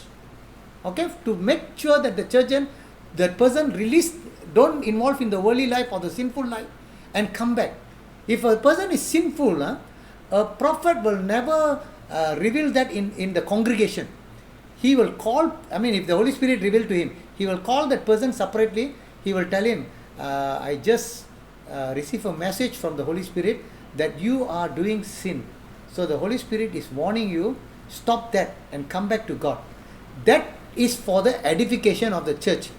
But if any prophet, listen carefully, if any prophet are going to prophesy who is the Prime Minister of India, who is the Prime Minister of Malaysia, the next Prime Minister, who is the Prime Minister of US. Do you know in US more than 30-40 prophets prophesied that Donald Trump will be the Prime Minister, the President of United States again.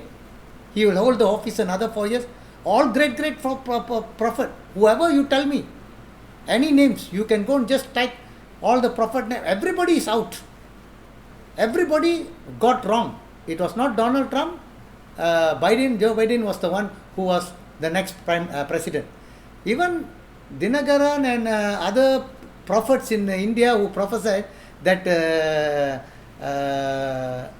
Modi will not be the prime minister.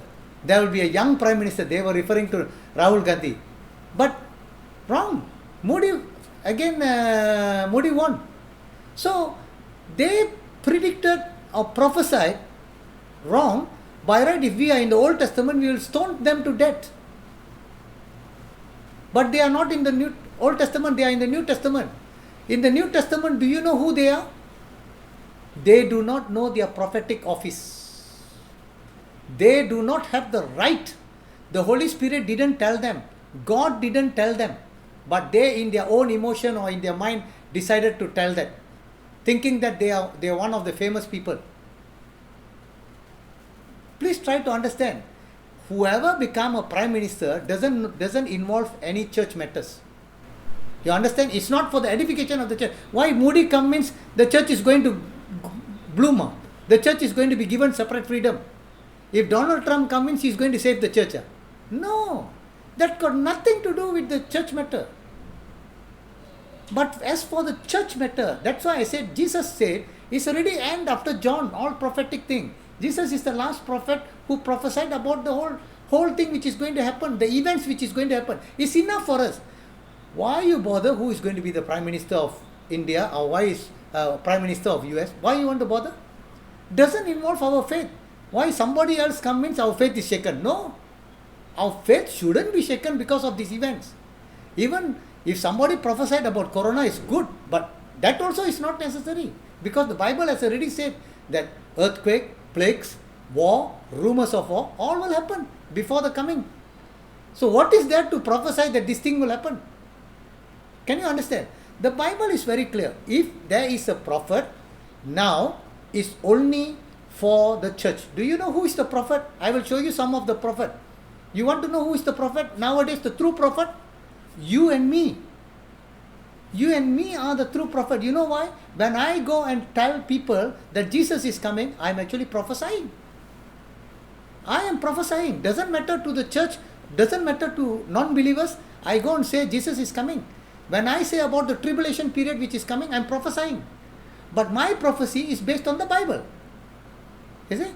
But I don't have the gift of the another spiritual prophecy I also used that when I was in ministry, where when I do ministry, when I lay hands, sometimes the Holy Spirit tell me that what this person is going through. Yes, I do. But that is the prophecy about the person's life to come back to God, to draw near to God. It's for the church edification. I have done that. You see, so our prophetic work is only confined or is only in the church level. For the edification church, for the edification of the body of the Christ and for the equipping the saint for the work of the ministry. Okay, it's already written there here carefully. Okay, why? Till we need to do that till we all come to the unity of faith and the knowledge of the Son of God, to a perfect man, to make them as a perfect person in Christ, in fullness of Christ. Can you understand the prophetic ministry? Okay, let me go on further. The next teaching, the abuser. Abuser uses his position of leadership to take advantage of other weaker person.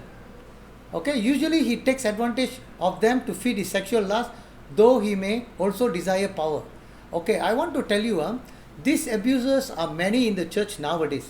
Many churches, many pastors, many leaders, many fathers in the Catholic Church, many people are abusing their power or their sexual lust to fulfill their desire.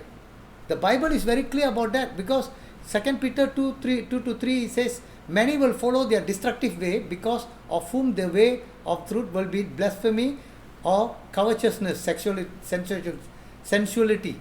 They will exploit you with deceptive words for a long time. Their judgment has not been idle, and their destruction does not slumber. Okay, meaning Peter is telling that these people, they are abusers. They are given the position, but they are using their position for the wrong motive. Okay, they fall into the sin of sexuality, or fall into being attracted to power, attracted to the power given to them. Okay, so Jude also have said, for certain men have crept in unnoticed in the church. He's talking about in the church, who long ago were marked out for this contamination. ungodly men in the church, who turn the grace of our God into lewdness. Lewdness means into wrong, they're driven by thoughts of sex. That means their mind is sexual things and denying the only Lord God and our Lord Jesus Christ. You see, denying the Lord God is actually Jehovah Witness, and their mind is full of wrong thoughts about girls. Do you know that a lot of churches have this type of problem? A lot of pastors were caught having affairs with their church members. You see, this is the thing. You see, of course, women are big people, but we have to be careful. You see, and lately, I think you would have heard about. I don't like to say this, but Ravi Zacharias' story. A lot of things has happened. You see, a great man, but has fallen into this as an abuser. He has used his power where his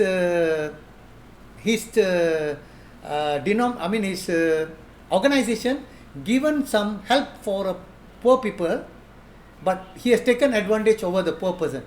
You see, this is called abuser.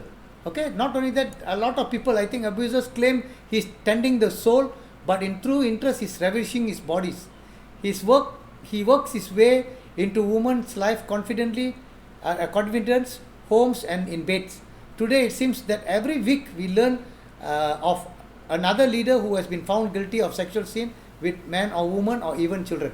Okay, here I want to also pause here to tell you, be careful of judging a person. Of course, I'm telling you about Ravi Zacharias. I do not know, but it's what internet called it. But I don't like to give an example of that because we do not know the real true story. But many have come forward to declare that. Okay, but what I'm trying to tell you, these are the things we shouldn't judge. I don't want to judge. There was a question asked in the internet whether Ravi Zacharias will go to heaven or hell. Do you know that many of the mainline preachers say he will go to hell? I think I want to abstain. Abstain means I would rather say I don't want to be a part of that. Because for me it's very clear in Bible that I cannot judge a person, whatever he has done. Okay, don't judge a person, whatever a person have done. But when it comes to teaching, that's where if he says something against the doctrine or against the word of God, I will definitely oppose him. Very simple, not in argumentative type, just pinpointing the verse that he need to know. Once he know the verse, fine. Whether he accept, he don't accept, I leave it to him. No argument, no problem. Okay, that's how we mature in our Christian faith. Okay, so this is abusers are many. The next one is divider. Uses his position of leadership to take advantage of other weaker people. Usually he takes advantage of them to feed his sexual lust, though he may desire power. Okay, dividers in the church got lot. That is why there are many churches. You see, I want to relate to you from biblical point. Biblical point, if you see in the early churches, every Christian, they sold their item, they came to one place to keep their things, and they were staying in one place, worshipping God, breaking of bread, praising God. But God is the one, listen carefully, God is the one who allowed Stephen to be martyr. Do you know why Stephen was the first martyr of the Christian? Because if God didn't allow Stephen to die, I think the people will be still one. They will never go out to spread the gospel, to be a witness for Jesus Christ. So Stephen died, all were scattered, and many church was established. Many people came into the faith, and many people have their church built. Okay, or their home lah. That time early church was home. Okay, because of the scattering, it becomes many people came into the faith. The second one, if you see, Paul and Barnabas went on a first mission, they came back, and secondly, they came back and both of them in argument, because Paul, Barnabas and Mark also followed him. Okay, John Mark followed him. So the writer of the book of Mark, he followed him, but Mark left them and went to a different place already. So Paul was very angry with Mark, but Mark was related to Barnabas. So what Barnabas told, we will take Mark and go. But Paul didn't agree. He said, no, if you take Mark, I don't want. He has already deserted us.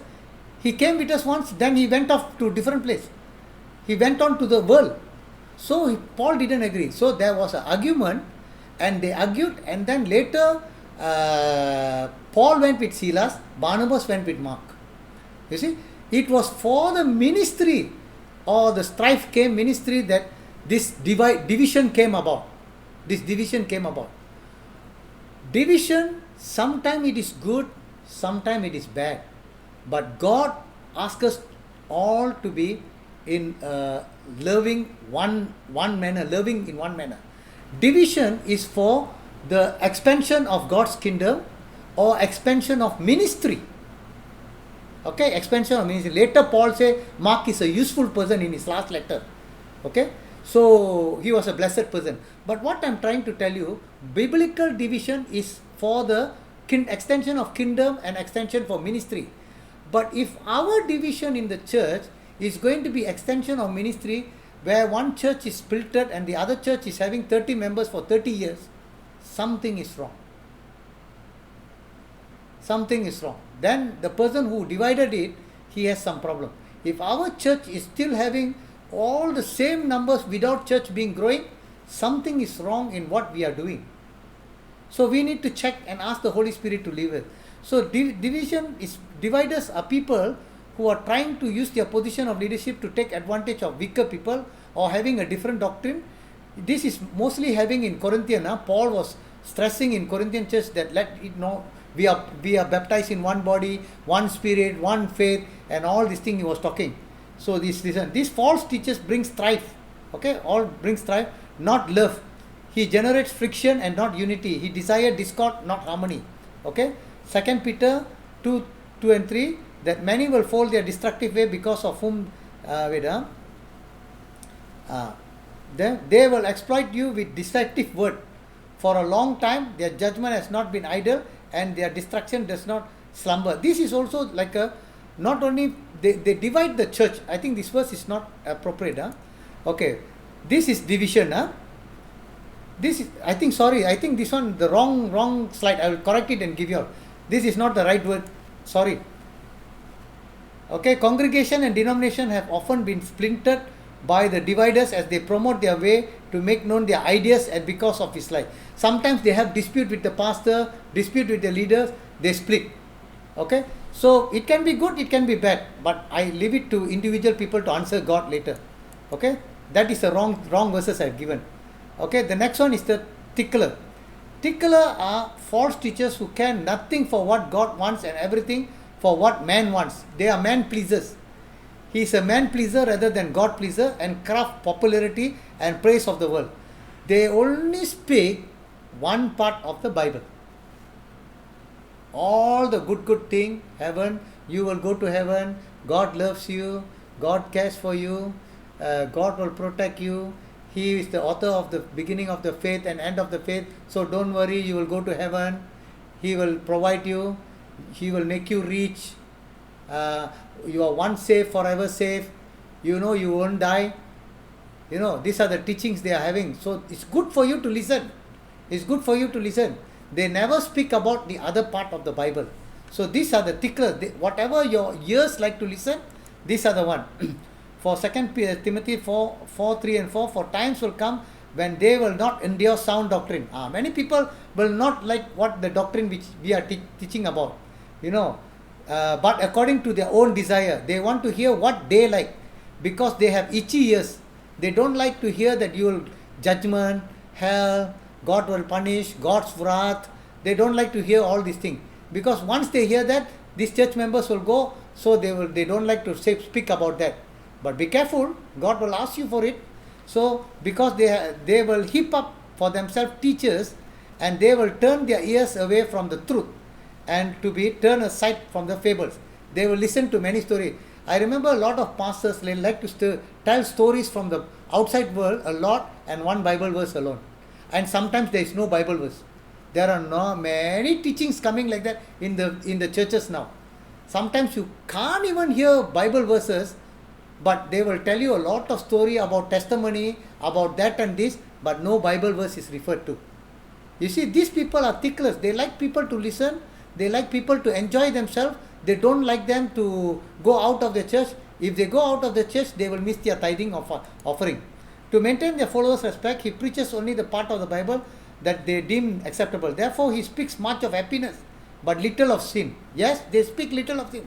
Oh, my church speak, yes, sin, yeah. About judgment, about revelation, they will speak. But for the whole 1 year, maybe one time they would have spoken about sin a little bit. Don't do sin. Something like that. They will always like to speak like that. So much of heavenly things, but nothing of hell. He gives them only what they want to hear. He preaches partial gospel, which is no gospel at all. Partial gospel means, you see, I will tell you, you know what, even if I tell you now, you will believe on that Jesus Christ died and was buried. He rose up on the third day. Or I can add a little bit. Jesus Christ died according to the scripture. He was buried and he rose up according to the scripture. This is partial gospel. You know why? I have never added the word for your sin. That is the main point.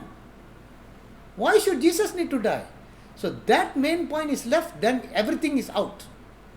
You see, partial gospel. If I tell for your sin, he makes me a sinner. I don't like to listen that I am a sinner. Why should I repent? When speak about repentance, many people don't like. So this is what, if they don't like, I am wondering when Jesus spoke about repentance, whether they will accept or not. So he preaches partial gospel, which is no gospel at all. Grace teaching.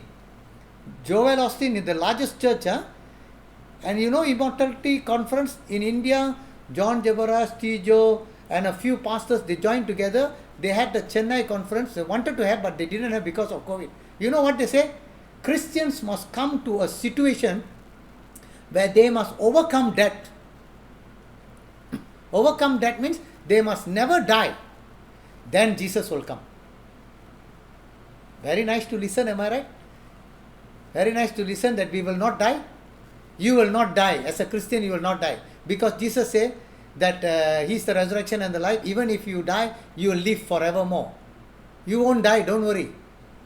Even those who die will live. You see, all this type of wrong teaching, which our ears like to listen, that I will not die. Because when you say die to Christian, suddenly the fear will come in their heart. By right, the fear shouldn't come if I have right faith in God. I shouldn't fear, because the Holy Spirit is inside me, as I told you earlier. You see, but these people never say about that. You see, so prosperity gospel. You give this amount of money, God will bless you 10 times with that amount. Nice to listen. Many people give, finally they don't get anything. But that preacher become rich. Good business. Alright. So the next one, the final one, is speculators. Is the one obsessed with novelty, originality or speculation. Strange teaching. The Bible called it strange teaching. While Paul told to Timothy to protect the church against different doctrine. Okay. O Timothy, guard what was committed to your trust. Avoid and profane the idle babbling. Idle babbling means just chit-chatting in the Christian life, not about the Bible, about something out of the Bible. Okay, and contradiction of the falsely called knowledge of professing it. Some have strayed concerning their faith. You see, we talk what is written in the Bible. Okay, don't talk something out of the Bible too much, because it will be a strange teaching or strange thing. You see, we don't talk about how other people live in this world compared to what is written in the Bible. Talk about how people lived in the Bible time. That is sufficient enough for us. So some people like to, as I've told you earlier, they like to tell fables. Fables means story time. The Bible, the story, the pastor will talk about the story so nicely just to point out one verse. It's good sometimes, but not always. Because you have taken most of the time of God talking about other people rather than God's word. God wants to speak to you and me through His word, not through our, of course, I'm not saying this is wrong, but not doing it always. But many pastors tell a lot of outside story, but one or two words. So this is what we have to be very careful. Don't talk about fables, strange teaching, or different doctrine. But avoid foolish dispute, genealogies, contention, and striving about the law, for they are unprofitable and useless. This is what when it comes to basic doctrine, that you can talk. But talking about something above, whether the two witness, who is the beast and all these things, if you ask me, it's pointless for us to talk. It's pointless for us to talk. But we will go into that. We can learn for education purpose, but not important for us. It doesn't improve our faith. It doesn't improve anything at all. The speculators toss aside the bulk of the Bible content. In the Bible itself, there are many things for us to teach. And the weight of the Bible emphasis to obsess about matters that are trivial and novel. Meaning, in the Bible, there are many examples. There are many things for us to teach, which you and I cannot finish. So we don't need outside stories much. I'm not telling totally don't want, because our lifestyle is a little bit different. We need to have some to a certain level to make people to understand. But don't emphasize that more than the Bible. You see what I'm trying to say? If 1 hour is given, some people take 50 minutes to explain about the story outside, 10 minutes to tell about the Bible. That is wrong, I'm telling you. Can you understand? What I'm telling you is that the important thing is that we must emphasize more on the Bible and the example of the Bible, and we can do 1 or 2 examples or experience of the world right now. I'm sure we cannot talk about WhatsApp in the Bible, but we have WhatsApp now. We can take something about WhatsApp and tell us a little bit, but don't emphasize WhatsApp more and finally with one verse. That is what the speculators are.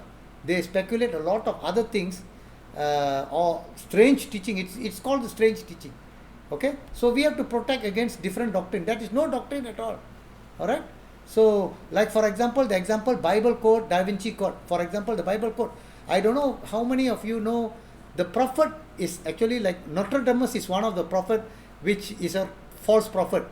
He has prophesied a lot of things. I forgot to tell that. That's the example there. But this Bible Code, I want to tell you, I don't know how many of you knows about the Bible Code. It's totally wrong. Totally wrong. I have gone through the Bible Code. I even come up to a position to believe that. But it is totally wrong. In the same way, Da Vinci Code, that Jesus Christ has a wife called Mary Magdalene, just came up recently. A writer wrote about that and it became a popular bookseller. You see, these are speculators. These are speculating things which is not in the Bible, but they want to get something out from the Bible to speculate something so that they can make money. These are wrong, strange teaching. Bible Code, Da Vinci Code. This is nothing for us to believe. Believe the Bible is just enough for us. It's in your hand. Okay? So these are the 7 teachings. And conclusion, Satan's greatest ambassador, just give me 1 minute, it's 9:30 already. Satan's greatest ambassador are not criminals, those who are in the jail, politicians or power broke, but pastors and church ministers. Do you understand who is Satan's greatest ambassador? Do you think that you are the ambassador of Jesus Christ? Satan's ambassador also is the pastors and the church ministers or church preachers. Okay, Jesus said, beware of false prophet who comes to you in sheep's clothing, but inwardly they are ravenous wolf. You will know them by their fruit. Do men gather grapes from the thorns bush or figs from the thistle? Okay, this is something you and I need to understand. So thank you very much. Sorry, it is 9:31, 1 minute more. I will pray and we will close up. And if anybody wants to ask any question, please do so after the class. Thank you. Let's pray. Heavenly and gracious Father, once again we want to thank you for this time. Lord, even though we have taken more time, Lord, to understand about the teaching or the warnings given by you and other disciples about false prophets, speculators, children, and about all these wrong teachings, O Lord, which is written in the Bible. Father, help us to know the whole counsel of God, your true doctrine and the false doctrine, O Lord. Father, we want to commit each and every one into your hand, and we pray, O Lord, even as we look back in what we have studied and in our notes again, O Lord, help us, O Lord, and teach us, O Father, that we will not get entangled and trapped or been deceived in these teachings, O Father. Help us to understand your true teaching and let the Holy Spirit lead us into the truth, O Father. Father, we thank you and we pray, Lord, that you will bless each and every one who are here and who are not here, Lord, that you will continue to help us and guide us, Lord, as we look forward into this coming Thursday again, Lord, as we look into the new chapter of the Great Tribulation, O Father. We thank you and we praise you. In Jesus' mighty name we pray. Amen. Okay, praise the Lord. Let me stop